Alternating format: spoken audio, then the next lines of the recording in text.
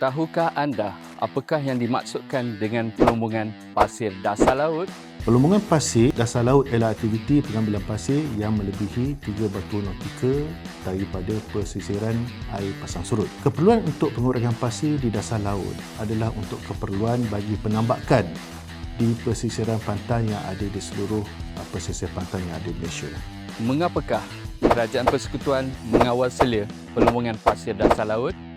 Di bawah Akta Pelantar Benua 1966, kawasan pelantar benua ini adalah kawasan yang melebihi 3 nautical mile ataupun 3 batu nautika daripada pesisiran pantai, di mana bidang kuasa meluluskan apa-apa aktiviti di atas pelantar benua adalah di peringkat Kementerian Sumber Asli dan Kelestarian Alam ataupun lebih kepada di bawah kuasa persekutuan. Siapakah yang meluluskan lesen pelumbungan pasir dasar laut? Untuk makluman, daripada segi pelaksanaan undang-undang berkaitan tentang kuasa membuat pengorekan pasir adalah di bawah Akta Pelantar Benua, yang secara automatik kuasa melulus jatuh kepada YB Menteri di Kementerian Sumber Asli dan Kelestarian Alam. Bagaimanakah syarikat memohon lesen pelumbungan pasir dasar laut?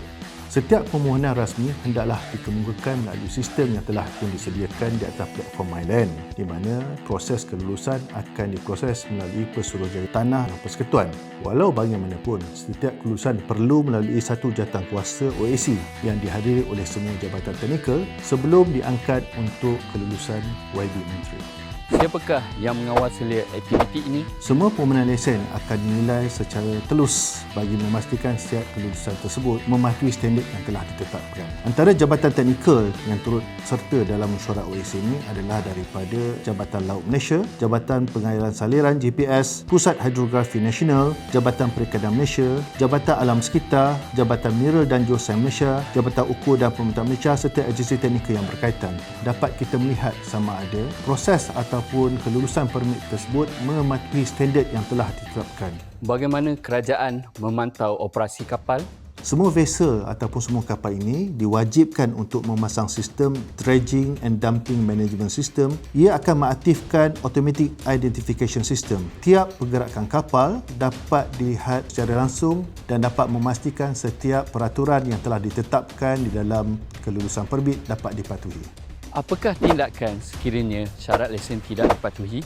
Kementerian Sumber Asli dan Kelestarian Alam tidak teragak-agak untuk mengenakan tindakan kepada semua pemegang-pemegang lesen sekiranya tidak mematuhi syarat-syarat yang telah ditetapkan, sama ada syarat-syarat di bawah EIA, pergantungan operasi, pembatalan lesen serta tindakan undang-undang mengikut peruntukan yang berkuasa adalah menjadi tindakan utama kepada semua pesalah-pesalah yang tidak mematuhi syarat-syarat lesen. Pelumbungan ini bukan sekadar memenuhi keperluan pembangunan negara, ia merupakan amanah dalam menguruskan sumber asli secara bertanggungjawab.